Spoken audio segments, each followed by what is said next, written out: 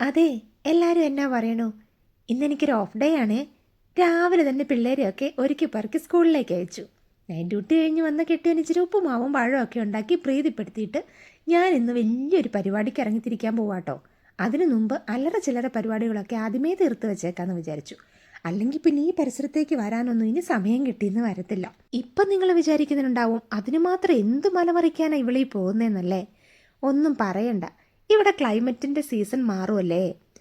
European കൺട്രീസിലുള്ള എല്ലാവർക്കും എൻ്റെ ഇരിപ്പ് കണ്ടപ്പോൾ തന്നെ സംഗതി എന്നാന്ന് പിടികിട്ടി കാണും.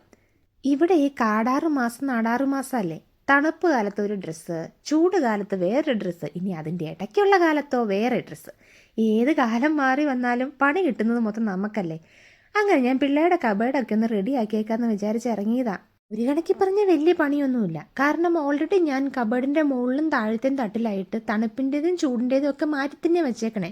പക്ഷേ പ്രശ്നം എന്നാണെന്ന് വെച്ച് കഴിഞ്ഞാൽ ഇതുങ്ങളീ നോക്കി നിൽക്കുമ്പോഴത്തേക്കും വലുതായി പോകൂലേ. ഈ വർഷത്തേതൊക്കെ നമ്മൾ അടുത്ത വർഷത്തേക്ക് എടുത്തു വെച്ച് കഴിഞ്ഞാൽ ഇതൊന്നും പാകാവത്തില്ല. അപ്പം ഈ തരം തിരിക്കലാണ് എനിക്ക് ഏറ്റവും ദേഷ്യമുള്ള കാര്യം. അതിൻ്റെ ഇടയ്ക്ക് നമുക്ക് ഈ പൊടിയുടെ അലർജി ഉണ്ടല്ലോ. അപ്പം മാസ്ക് മുഖ്യം ബിഗിലേ എന്ന് പറഞ്ഞതുപോലെ അത് വെക്കാതെ എങ്ങാനും ചെയ്യാനിരുന്നു കഴിഞ്ഞാൽ തീർന്നൊന്ന് കൂട്ടിയാൽ മതി. എന്ത് എൻ്റെ കഥ. അങ്ങനെ കൊള്ളാവുന്നതെല്ലാം അടുത്ത കൊല്ലത്തേക്കും കൊള്ളില്ലാത്തതെല്ലാം കളയാനും ഇതിൻ്റെ ഇടയ്ക്ക് അത്യാവശ്യം നല്ല സാധനങ്ങൾ എന്നാൽ ഇവർക്ക് പാകമല്ലാത്തതെല്ലാം വേറെ ആർക്കെങ്കിലും കൊടുക്കാൻ നിർത്ത് വേറൊരു കബോർഡിലേക്കും അങ്ങനെയൊക്കെ എടുത്തു വെച്ച് വരുമ്പോഴത്തേക്കും ഒരു ദിവസം നമ്മുടെ തീർന്നു കിട്ടും. ഇപ്പം മനസ്സിലായില്ലേ ഞാൻ വേറെ പണിക്കൊന്നും ഇന്നെനിക്ക് സമയം കിട്ടില്ല എന്ന് പറഞ്ഞതിൻ്റെ ഉള്ളടക്കം. ഇതൊക്കെ അപേക്ഷിച്ച് നോക്കുമ്പോൾ നമ്മുടെ നാട് എന്ത് സ്വർഗ്ഗം അല്ലേ. ഏത് കാലത്ത് ഏത് ഡ്രസ്സ് വേണമെങ്കിലും ഇടാം. ഇങ്ങനത്തെ പരിപാടികളൊന്നുമില്ല.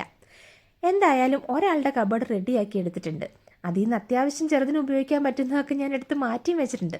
അങ്ങനെയാണല്ലോ നമ്മൾ അമ്മമാർ, ഒന്നും വെറുതെ കളയണ്ടല്ലോ.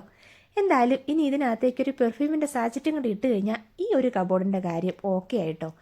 ഇനി ചെറിയ ആളുടെ കബോർഡും കൂടെ ഇപ്പം തന്നെ ചെയ്തു തീർക്കാനുള്ള സ്റ്റാമിന എനിക്കില്ല. വിശന്നിട്ട് കണ്ണ് കാണാൻ പാടില്ലെന്നൊക്കെ പറയത്തില്ലേ. ഇനി എന്നായാലും ഫുഡ് കഴിച്ചിട്ടുള്ള പരിപാടിയേ ഉള്ളൂ. പിള്ളേരെ കൂട്ടാൻ പോകുന്നതിന് മുമ്പാട് എന്തായാലും കുറച്ച് സമയം കൂടി ഉണ്ടല്ലോ. അപ്പം ശരി, ഞാൻ ഫുഡ് കഴിക്കട്ടെ, പിന്നെ കാണാവേ.